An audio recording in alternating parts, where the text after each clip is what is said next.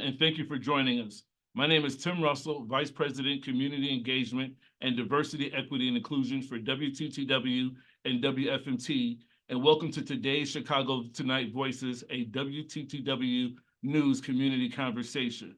WTTW is committed to producing and presenting trusted, best-in-class content fueled by distinctly Chicago sensibility. We have served as Chicago's window to the world, and our purpose is to enrich lives, engage communities, and inspire exploration. Today is a special Voices conversation focused on WTTW News and Chicago Tonight special coverage, A Safer City. As part of our special coverage, we are taking a deep dive into neighborhood crime, violence, and public safety throughout the coming months, as residents, policymakers, and community groups work to address the growing issue.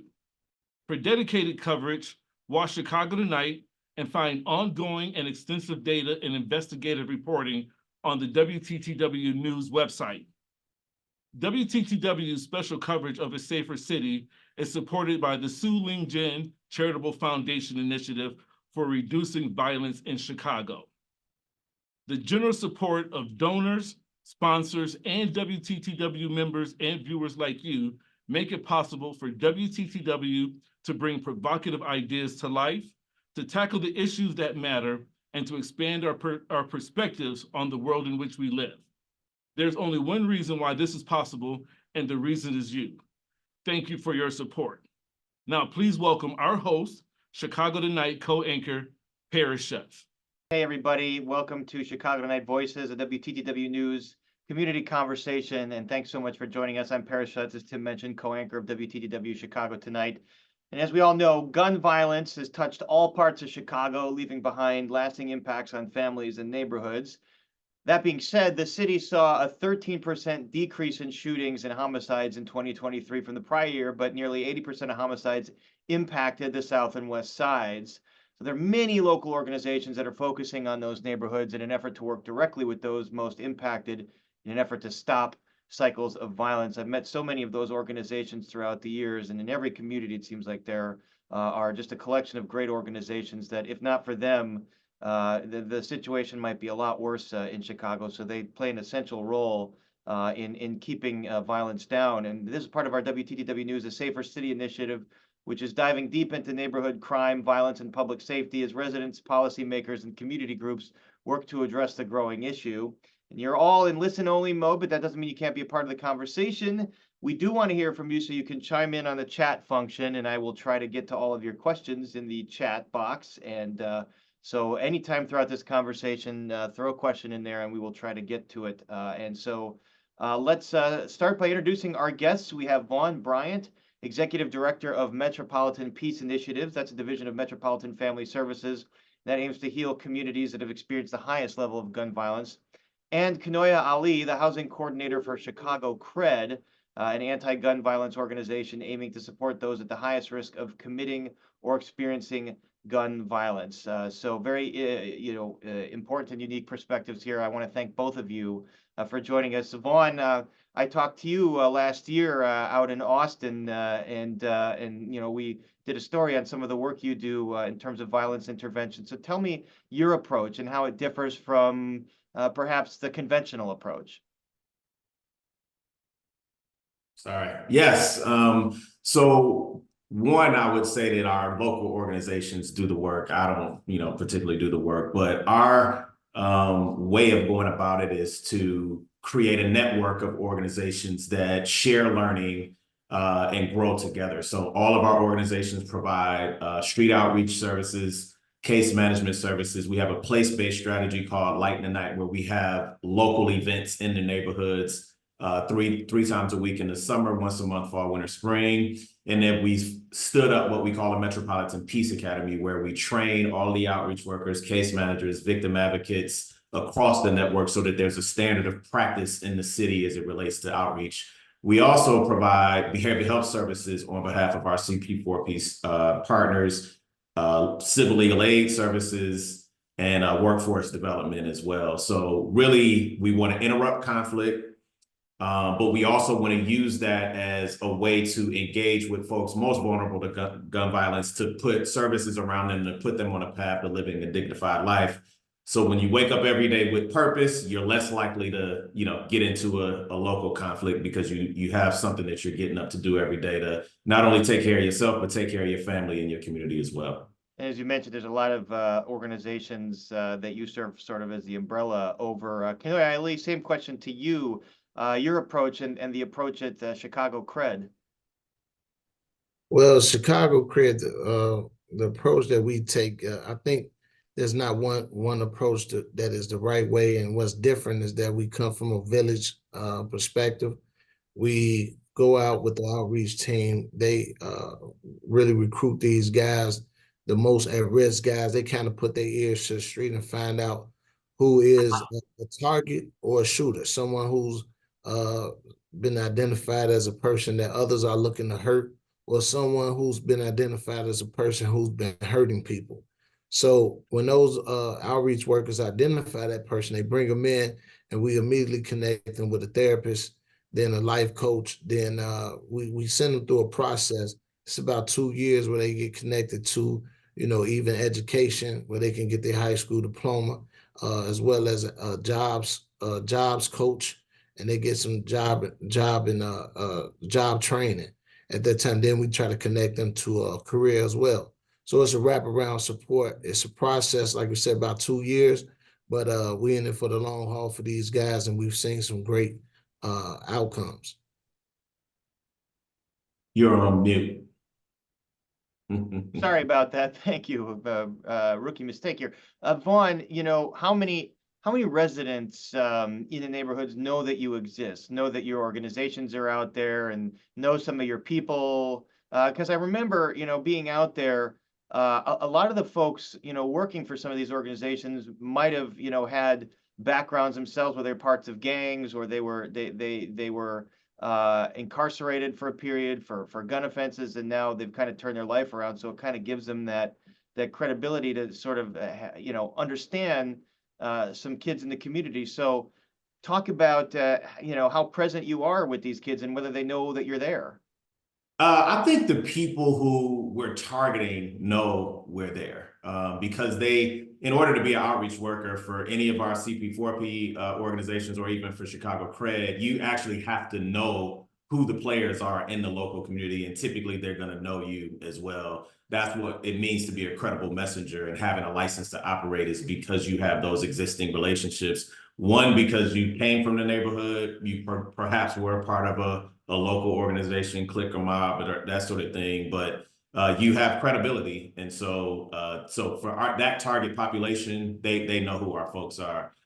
It's helpful the more we get to know the citizens in the community, because they can also help point us in the right direction to people who we want to serve. And I think it's just a matter of time before, the whole city knows that we exist and what we're trying to get accomplished. Vaughn, so some of the guys I was talking to out there, it was almost like they were kind of big brother types to a lot of the kids in the community, your mentors. A lot of the kids might not have other mentors or anything like that, and feel like that relationship is so important, because the kids now have, a mentor to look up to, and then maybe someone that, they know that if maybe they slip up, they know there's, they know someone's going to be, on them about it. Yeah, and I would, just make sure we know that our target population is really, 18 and above. Like, we're looking for adults. Right. And yes, I do think that, there's some accountability to that. But I think one of the things that we know helps with trauma is sustained adult trusting relationships. People who, are going to stick with you through some of your mistakes, or who are going to, love you unconditionally and continue to, relentlessly engage, is kind of how we say it, and stick with you until you finally, want to come around and change your life. I think most of the outreach workers would say they've, been given second, third, and fourth chances. And that's what we want to provide, because we do believe that, given the right support, that folks will, move in a positive direction.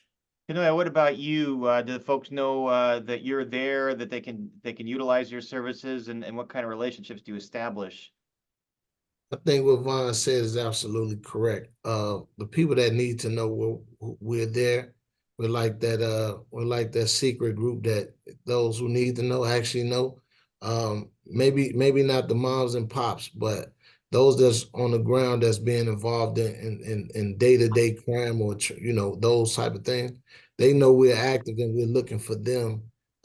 If they're not looking for us, we're looking for them to be able to get with them and try to help them change their lives. Hopefully, very soon the mom and pops, they'll know who we are, but we really are targeting those at risk first, and then everyone else can come afterwards. We're not running around with like a sign that's saying, look, we're here to change the world. We're actually going directly in. And sometimes we may have to go with a covert operation and grab these guys from where they are and then bring them to where they need to be. Kanoya, we mentioned earlier that you're the housing coordinator at CRED. So tell us the connection between housing and gun violence. Wow. I always tell people, just imagine you not having a good night to sleep. You know, how would you feel waking up? Is you groggy the next morning? But then think about if you haven't had a good years to sleep. Some of these guys haven't had a good sleep in years, and where they live is not safe, not healthy. It's traumatic to even be around. You're walking over places where you've seen friends be murdered, friends get killed, family members get killed. You yourself may have been shot, and you're still staying in this location. And every day it's a possibility that you might be a target when you step outside your door. So, and housing is super important because to feel safe, waking up in a safe and comfortable place is next to none. That's the start of it all. You know, there was a study out of Philadelphia that showed, connection between, housing remediation, fixing up broken down housing and violence. Is there like a clear connection here? If you can, fix living situations in homes, that there is a connection to bringing down violence. Well, that study was showing basically if you allow the area to look like it's being cared for, then people will start, the crime will actually decrease. And we often look at the neighborhood. I paint this picture. We often look at our neighborhoods that's been disinvested in as like the attic of Chicago, or maybe the closets where you really don't care about what goes in. No one is coming to see it. And when, it's not remodeled like the kitchen and the bathroom. We have been looked at as the attic and the basements or the closets. Really, no one cares about it. So when you really take that chance and opportunity to kind of remodel or even put some fixtures on it to make it look like it's being cared for, it can make a person feel better just by them walking past and knowing that this is a place that somebody cares about. The grass is cut. There's windows and doors put up. Somebody hopes to live here in the future. Vaughn, so we're talking about housing here in connection to violence. What are some of the other factors that don't get talked about a lot? I mean, we hear what the mayor says, we hear what the police department says, but what about some of the other factors that perhaps just kind of go underreported? Yeah, I think, not only housing, but housing is also tied to, poverty and, education attainment, how we deal with trauma. A lot of folks, in our communities, deal with so much trauma that their baseline of what normal is not really, what you and I would think is really normal in terms of what's safe.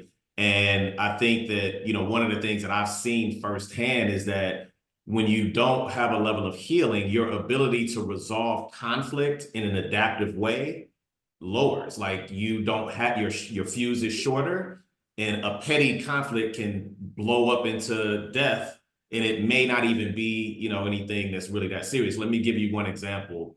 I live in the South Loop, and we had, some people at our pool one day, and two girls ended up getting into a fight. And when somebody asked, well, why did you hit her? She said, because I didn't like the way she answered the phone. And it's just like, that turns into a physical altercation. What's going on with this young lady that she would have that short a fuse that somebody's tone could then cause her to want to hit somebody? And imagine you throw guns into the mix of that, or you throw historical conflicts where somebody, shot somebody in my crew, hit somebody in my crew, disrespected somebody in my crew. And it's a cycle of violence that, really, really is difficult. And again, I believe if you wake up every day with purpose and you know what you're trying to get accomplished and you can work and make a living and take care of yourself and your family, you're less likely to want to risk that for a petty conflict. Well, I think, you bring up the point of trauma, and I think that's such an important point. It's like what a lot of these kids or young adults or adults experience on a day-to-day basis is traumatizing. I remember talking to one violence interrupter in Austin who said that it's really even just little things every day. Like you're walking down a block and someone's on the porch and they're staring at you a certain way because that's not your territory. And even a little thing like that, when that builds up, you're experiencing that every single day, that does something to you.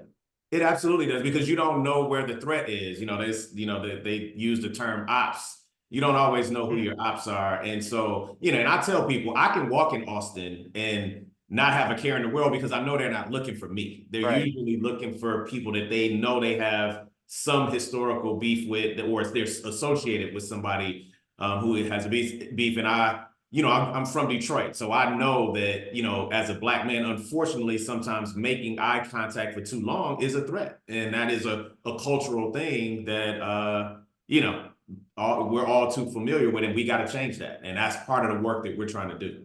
Kanoya, I wonder if you could, sort of address the mental health and the trauma aspects of this too. Well, some of these young men have dealt with PTSD, many of them.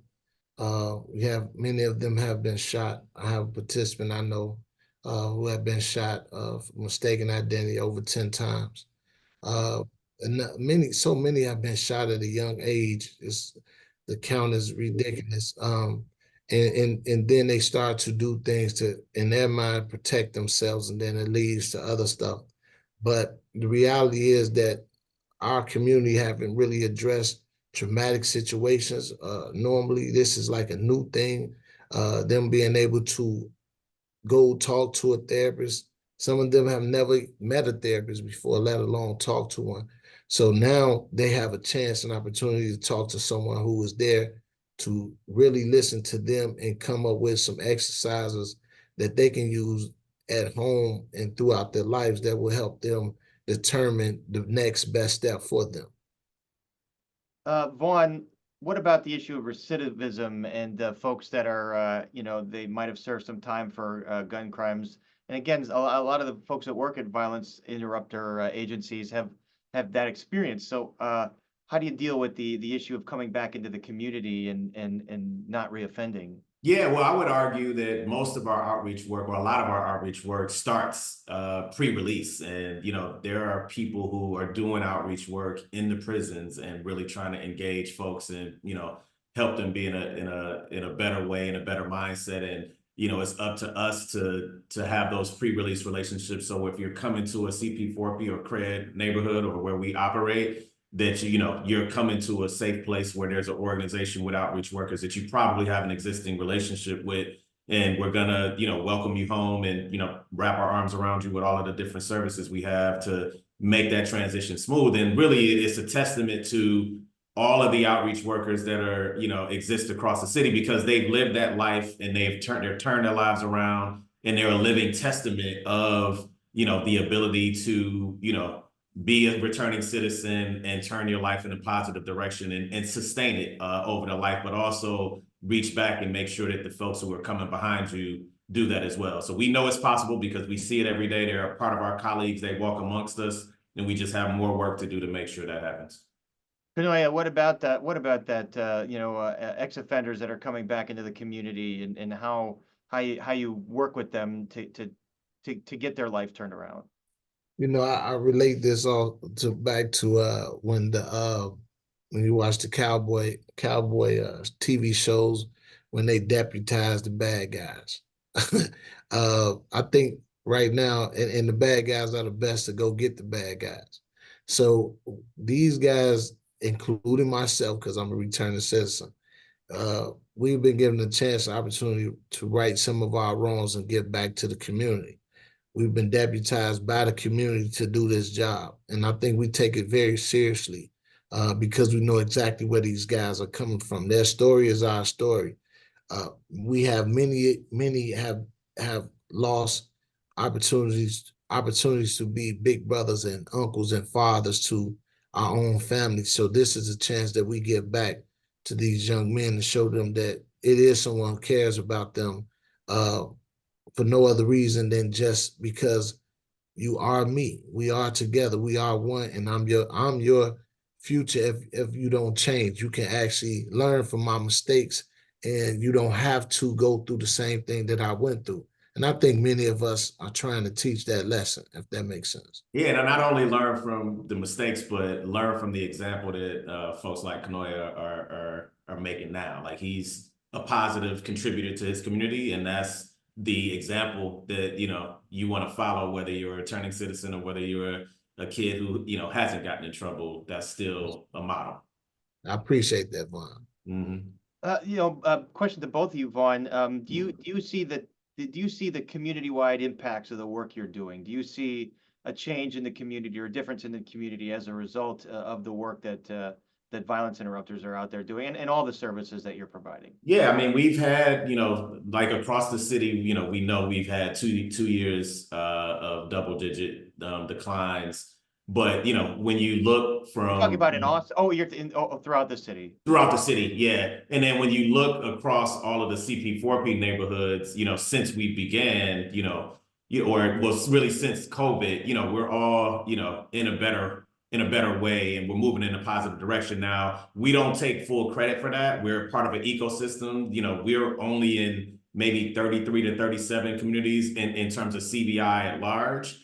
But the police are in every community, and it's the combination of us trying to get to people before they commit a crime or before they are incarcerated, and then police have to be there. If somebody does commit a crime, then people have to be held accountable, and they have a particular role to play, and we have a particular role to play as part of the whole entire ecosystem. And so I do think our city is better off, and I think we're just in the middle. Like, we've been around for 6-7 years, and we still have a little ways to go before we would say we're on par with New York and LA in terms of shooting rate and homicide rate. But that's where we're trying to go, and I think we're moving in a positive direction. Kanoya, what about you? What are the impacts you see in the communities that you're serving? Oh, the impacts are dramatic. I've seen young men come through this program actually start to bring their entire neighborhood in the program because they become the messengers to their people to let them know this is a safe place and that they can actually turn their lives around. I've seen mothers and grandmothers give up. They call and say, listen, my son, he never expected to get his high school diploma. We definitely want to say thank you to Chicago CRED and Arnie Duncan for providing opportunity for them not to get a GED. Not that that's bad, but these guys get an actual high school diploma, something that they really worked hard for. And then, afterwards getting careers. Some of these young men have went as far as to become starting their own businesses, as well as working for Chicago CRED and other CVI programs. So to see them come full circle and become colleagues of mine has been the biggest achievements that I can speak to. And then I would say that another good example is the role CVI played during COVID. Like, they were essential employees. They were handing out PPE. They were putting out public information, tamping down some black-brown conflict that came about in North Lawndale and South Lawndale. So when you have, and I think part of that is because of the Metropolitan Peace Academy, our outreach workers have a citywide network in a way that we've never had before. And so the relationships within that infrastructure and being able to call somebody from a neighboring neighborhood or even a neighborhood that may not be close, where some of our conflicts, we can kind of get to the bottom of it or get to people because of that network. So I remember when things got really heated after the George Floyd protests. And I remember CVI, violence interrupter workers, they really had to dig in, and they, it looked pretty scary for a bit that something bad was going to happen, and they really worked hard and got de-escalated the situation. I remember. And then let me give you even another example. Since we've had those trends, we now have what we call a crisis prevention and response unit, and we have fewer arrests when teens are doing those trends. Now, we did have a shooting maybe 2-3 weeks ago where a kid was shot and killed. But even, you know, God rest his soul, but we've had fewer shooting incidents from those trends and fewer arrests from those trends, with CVI being able to intervene on those trends. Got it. We do have a question from an audience member. I'm going to get to that in a minute, and remind everybody to just send us your questions so we'll try to get to all of them. You know, Vaughn, you brought something up a second ago that you know, we did a Chicago Tonight segment on, and I've always been kind of interested in getting at the answer to this. But that, you know, Chicago's homicide rate, it hasn't dropped anywhere near the level that New York and LA did, especially if you consider where those cities were in the 90s, where, you know, kind of Chicago, New York, LA were pretty comparable in the 90s in terms of the rate. And those two cities really plummeted to their homicide rates. You know, I think given their population, I mean, that's big success story. Significant, yes. You know, and Chicago came down from the 90s, but not nearly as much. What do you think the difference is? A couple of things. So like when you think about like Rodney King being the marker, you would say for LAPD, they had police reform happen because there was a consent decree back then. And the city did invest heavily but sustainably in what they called, violence intervention work. And they created the GRID office, and they really started to do the things that we're doing now. Same with New York. They had an Office of Violence Prevention. They were investing heavily in a sustained manner as well. And even though, you know, one could argue that outreach probably has a longer history in Chicago, our investment wasn't, as heavy and sustained until recently. And so, you know, we are a little behind, but, you know, today I think that, you know, we're using some, you know, we've learned from New York and LA and other places, and the sophistication by which we're doing the work now is, you know, leading the country. We just have to have the results that come with that, and we need a little more time to get to that. Now, we all want to be in safe cities, and so, you know, the work won't end until, you know, we get to a point where we're on par, you know, with our other major cities, and we got to sustain that level of work and safety in our cities in the long term. Kanoya, I wonder if you have any thoughts on that. You know what? Ask me that question again, because sure. The difference between Chicago and cities like New York and LA, which, you know, they saw their homicide rates really drop dramatically compared to Chicago over the last couple decades. So this is what I'll say, and this is just by being boots on the ground, one thing that's really spiking what's going on in Chicago is social media. Now, everyone has social media, so New York and LA, what's the difference? The difference here is, from my point of view and some others, the drill music culture has played a major part. So drill music is music that was created with the real, intention of speaking about death and killing. So, you know, back in the day, it may have been about doing other illicit things, selling drugs or getting money or something like that. Well, today the culture is in rap music to talk about killing someone, whether you've done it or not. So in Chicago, the culture is to rap about what you've done or what you will do. And we've seen young men and women get successful off talking about this, so other young men and women from those particular neighborhoods or areas try to emulate what they've seen done. Because this is the case, and the more successful you are, is the more truer you're saying what you're saying in a covert way, in a coded message that others can identify and say, well, he's telling the truth. This has sparked constant, you know, the shooting and death toll throughout Chicago. So the more disrespectful you are on social media or in music, the more you're seeing people, the violence go up. So if you ask me, I would identify social media and then tie it in with the drill music culture as being one of the main reasons why Chicago is seeing the spike it has. On top of, we just started to, just like Vaughn spoke about, we just started to really invest in the gun violence interruption in Chicago as of recently. It hasn't had as much investment made, and only into the recent future have some of the city actually made an investment into what we're doing today. We're seeing some great strides made, but we have such a long way to go. And then on top of that, we are addressing some of the musicians out here and hip hop artists that's making the music and asking them to kind of switch the message. And we're seeing some good feedback, but it's going to take some time. And that kind of dovetails into a question we do have from a viewer, and I'll address this to Vaughn first, but to both of you. Outside of funding and limited resources, what are the biggest challenges facing organizations such as yours? So I would just say one of the major challenges is finding mental health professionals that, one, have a license or seeking a license, but also have a heart to work with our population.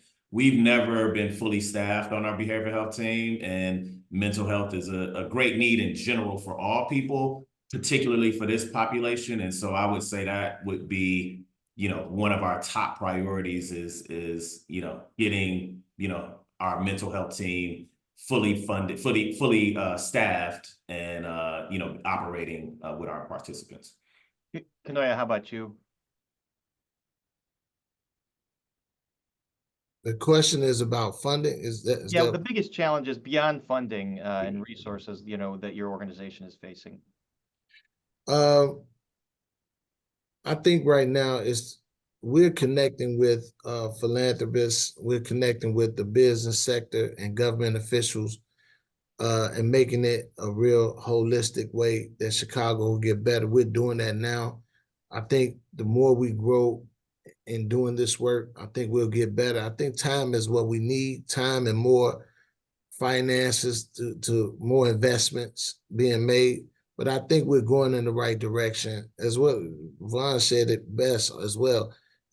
Those therapists and those trained to be therapists, we need those people, because once again, without being able to address your trauma, it's difficult to move on. So a lot of these guys deal with trauma every day. So them carrying a gun because they've been shot before is not it's not far-fetched to imagine why he's carrying a gun. But the problem is when you're carrying a gun because you've been shot before, and then you end up shooting someone because of something that someone stepped on your shoe, and the reason you did this was because you had the gun in the first place. So someone needs to address the trauma, then we can move forward. So I agree with Vaughn on that. Vaughn, do you see a difference in terms of the current mayoral administration versus the last or the one before that, in terms of how much they want to invest in CVI programs? I would just say that we know we have the support of the Johnson administration. The support we got from Lightfoot, that was really the first time there was significant investment from the city, and the Johnson administration has maintained that funding. And I think there's still some details about their plan that, will kind of become more clear as time moves on, because we do have ARPA funding that is the biggest investment from the federal level in the city, county, and state. And we all have to be prepared for when that money sunsets in 2026, and how we're going to sustain beyond the ARPA funding. So is there kind of like a fiscal cliff that you might go? Is that significant? Yeah. You're talking about the American Rescue Plan. Yeah. So the American Rescue Plan money has to be committed by calendar 24 and spent by calendar 26. And so, again, so we can plan for having sustained funding through that time period, but we have to, identify where we're going to get resources beyond that. And that's, the work of both the city, county, and the state to figure that out long term. What's the role of the Chicago police in terms of working with community organizations and partnering with them? I think Chicago police have a place. They have a job to do. We don't want the Chicago police to bear the burden of everything that's dealing with crime. Like I think Vaughn spoke about this early on. We want to be pre-crime. We want to come in with the prevention of crime. So the Chicago police have a position. They arrest bad guys who commit crime. Our job is to come in on the front end and try to stop the crime from being committed. How we work together, I really right now I can't say how that mix. I know our outreach team have been dealing with Chicago police just to make sure that if there's any issues, we can kind of get on top of it before it blows up to a proportion that can't be that we don't want to see.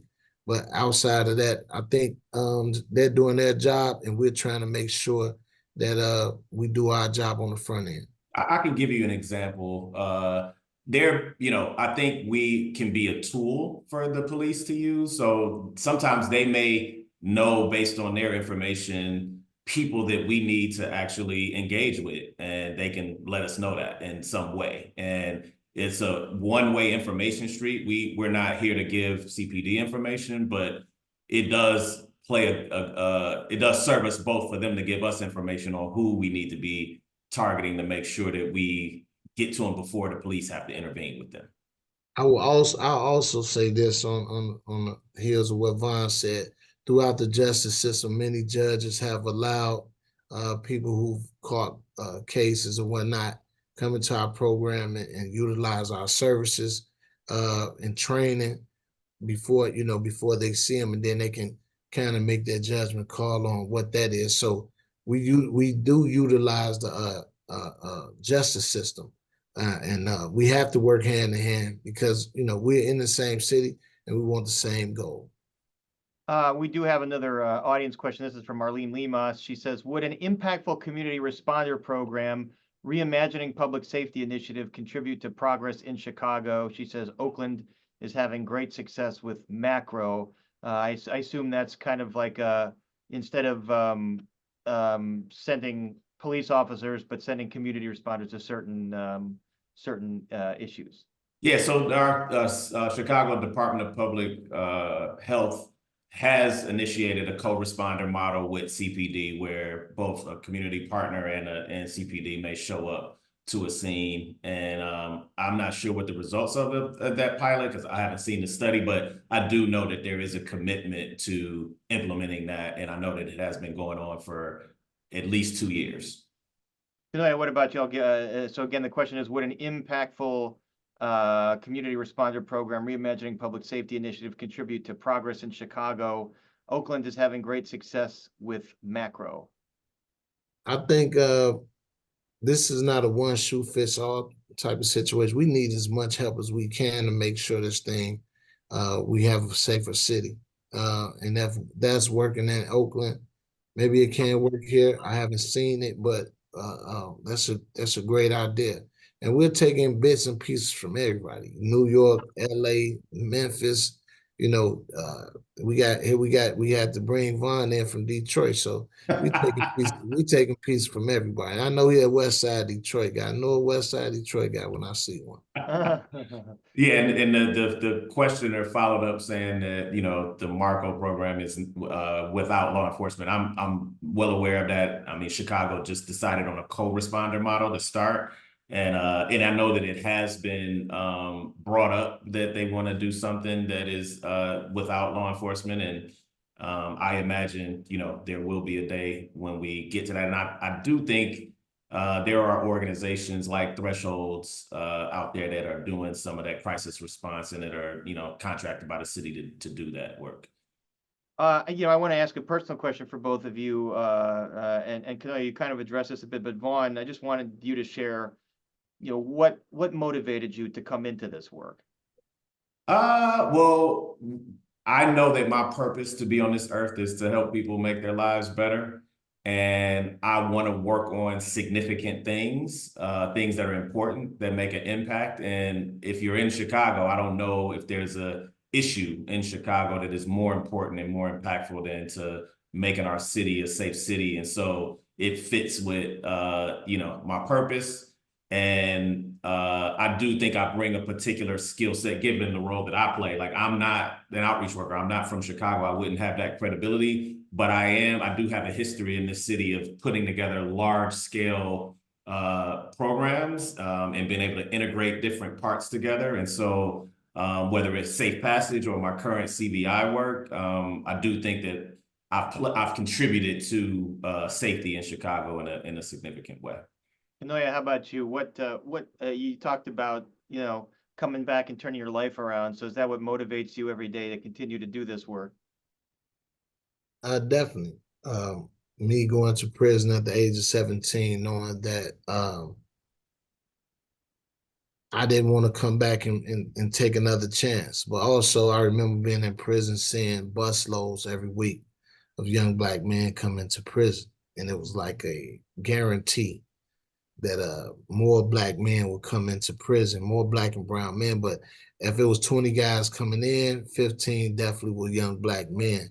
I didn't want to keep that momentum going. So when I got out, I definitely set in my mind that I was going to help some others make a change. And I had took an oath I have a victim who actually died. So I am someone who took the life of a person. And I made a commitment to his family that when I got out of prison, that I will give back to the community in the ways to try to make sure that some young men like myself will make the same mistakes. So I've been on that mission since I got out, and there's a feeling that I can't. Me doing something else wouldn't allow me to sleep well at night. Do you remember that the moment that you decided that you had remorse for what had happened and that you wanted to dedicate your life to perhaps making up for that? Yeah, it was a day I was in court. I looked over and I asked the judge, can I speak to the victim's family? And I looked over and I really couldn't determine who was there for him and who was there for me. They looked very much alike.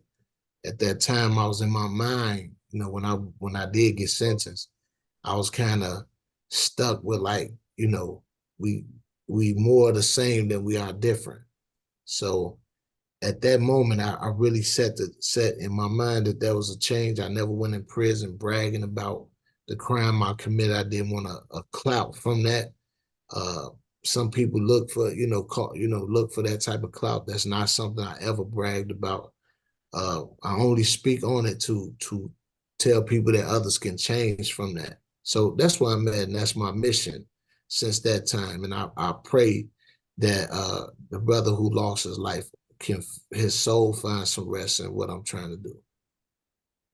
Right, very compelling story. Vaughn, Kanoya, those are all the questions I have. I wanted if you had any kind of closing thoughts or any kinds of things you wanted to express to our viewers that we haven't addressed just yet. Yeah, I would just say that it takes all of us to get our city to be where we want it to be, whether you're working in outreach, whether you are an early childhood educator, whether you're a CPS educator, whether you're a therapist, law enforcement, fire, every citizen has a role in keeping our city safe. And, we just ask that we all keep pushing in the same direction, give each other the benefit of the doubt, listen, and, contribute to, what we want to see.